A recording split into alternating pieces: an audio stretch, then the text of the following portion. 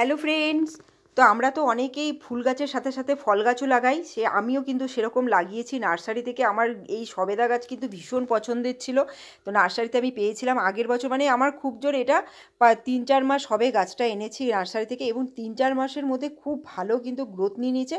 এবং এখন বিশেষ করে এই সময়টাতে ভীষণ গ্রোথের টাইম। দেখুন গাছের পাতাগুলো দেখলেও আপনারা বুঝতে পারবেন, একদম কচি কচি সবুজ সবুজ কত রকমের পাতা একদম ভরে গেছে গাছটাতে।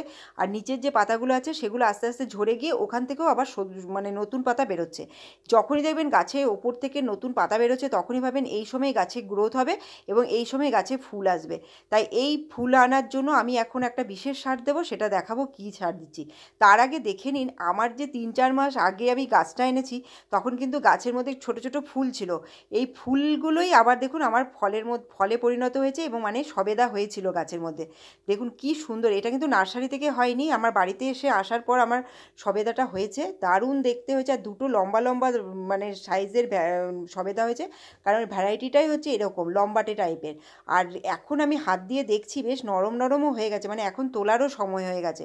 আর সবেদা ফল কিন্তু অনেকটা, যেরকম যে কোনো ফলই মানে শুরু থেকে ফুল থেকে ফল হলো, ফল থেকে আবার সেটা পাকতে কিন্তু অনেকটা টাইম নেয়, সেরকম সবেদাও তাই নিয়েছে। অনেক দিন সময় নিল আমার, প্রায় 3-4 মাস সময় নিল, এবং 3-4 মাসের মধ্যে খুব ভালোভাবে ফলটা পরিপূর্ণ হয়ে এবার পাকাও শুরু হয়ে গেছে। আর এখানে দেখুন, ওই যে প্রত্যেকটা যে ওপরে বললাম না নতুন নতুন পাতা বেরোচ্ছে, এখানে কিন্তু নতুন করে ফুল এসেওছে। 2-1টা ফুল এসছে, দেখুন এখান থেকে ফুল আবার ঝরেও গেছে। কারণ হয়তো কোনো কারণে, জানি না কেন, কারণ কোন কারণে গাছের ফুল ঝরে গেল, কিন্তু আরও কিছুটা ফুল আমি ছোট ছোট দেখতে পাচ্ছি যে এসেছে। সেই ফুলগুলো যাতে গাছের মধ্যে ঠিকঠাকভাবে থাকে এবং সেই ফুলগুলো যাতে ফলে পরিণত হয়, তাই জন্য আমি এখন খাবারটা দেবো। এই খাবারটা অবশ্য করে এই সময় দিয়ে দিতে হবে।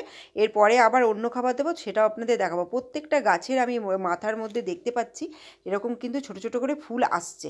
আর এই দেখুন, আমি একটা প্লাস্টিকে, যখন আমি নার্সারি থেকে গাছ এনেছিলাম তখন আমার কাছে এরকম কোনো বড় টব ছিল না, এই বালতিটাই ছিল। তো এই বালতিটার মধ্যে দেখছি গাছটা কিন্তু খুব ভালোভাবেই রেডি হয়েছে, এবং নিচে কোনো রুট বাউন্ডও আমার হয়নি। আপাতত এই বালতিটার মধ্যে গাছটা থেকে যাবে, এবং এই বালতির মধ্যে গাছটা এখন বড় হবে। আর এর পরের বছর আমি এটাকে কিন্তু রিপোর্টিং করব। এই বছর রিপোর্টিং করব না, কারণ এখন ফুল আসছে, তো এখন রিপোর্টিং করলে ফুলগুলো ঝরে যাবে। তার এখানে দেখুন অনেকগুলো আগাছা উঠে গেছে, মানে গাছে তো আমি মাঝে মাঝেই খাবার দিই, সেই খাবারগুলো খেয়ে খেয়ে আবার নতুন করে আগাছাও বেরিয়েছে। সেই আগাছাগুলোকে আগে পরিষ্কার করে নিচ্ছি, তারপরে আপনাদের বলে দেবো। আমি লেবু গাছের সময় বলেছিলাম যে মাটি যখন গাছের মধ্যে ফুল আসা শুরু করবে, তখন কিন্তু মাটি বেশি খোঁড়া চলবে না। তবে কী হবে, হয়তো শিকড়ে আঘাত লাগলো, তখন গাছ ঝিমালেই গাছের ফুলগুলোও ঝিমিয়ে পড়বে।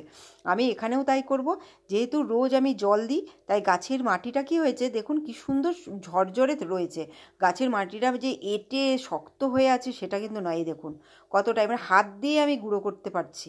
তাই জন্য আমাকে কোনো কিছু দিয়ে আঘাত করতে হচ্ছে না মাটিটাকে, আর কোনো কিছু দিয়ে আঘাত আমি করবও না। যেটা আমি বললাম যে গাছের ফুলগুলো ঝরে যাবে, তাই জন্য হালকা করে আমি কি করছি, হাতের আঙ্গুল দিয়ে মানে মাটিটাকে আলগা করে নিচ্ছি।